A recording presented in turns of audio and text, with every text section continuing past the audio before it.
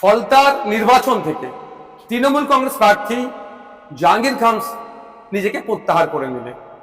এটা নিয়ে প্রচুর চর্চা হচ্ছে, কিন্তু প্রশ্ন থেকে যাচ্ছে জনমানসে, স্বেচ্ছায় তিনি নিজেকে গুটিয়ে নিলেন, না বিজেপির সাথে সমঝোতার তিনি বার্তা দিলেন, না তার দলের অভ্যন্তরীণ ডিসিশন তিনি মানলেন। এই বিষয়ে উত্তর সময় কিন্তু কথা বলবে, উত্তর দেবে।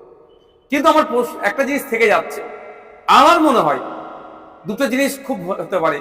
একটা হচ্ছে বিজেপিকে সমঝোতার বার্তা, যে বিজেপির নেতৃত্ব, যে বর্তমান মুখ্যমন্ত্রী শুভেন্দু অধিকারী মহাশয় জাহাঙ্গীর খান সাহেব সম্পর্কে যে কথা বলেছেন, তিনি সে বার্তা দেওয়া যে আমি তোমাদেরই লোক, তোমাদেরকে সুযোগ করে দিলাম। অথবা এটা হতে পারে এন্টায়ার তৃণমূল বিজেপিকে নতুন করে সুযোগ করে দিচ্ছে।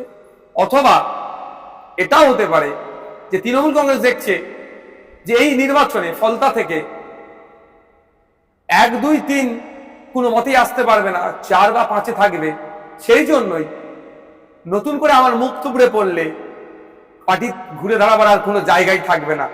ফলে এটাকে সুকৌশলে জাহাঙ্গীর খানের নাম দিয়ে এড়িয়ে যাচ্ছে।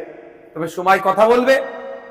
তবে তৃণমূল কংগ্রেস যে দুর্নীতি অন্যায় করেছে, সেই অন্যায় দুর্নীতির আর মাপ ক্ষমা বাংলার মানুষ করবে না।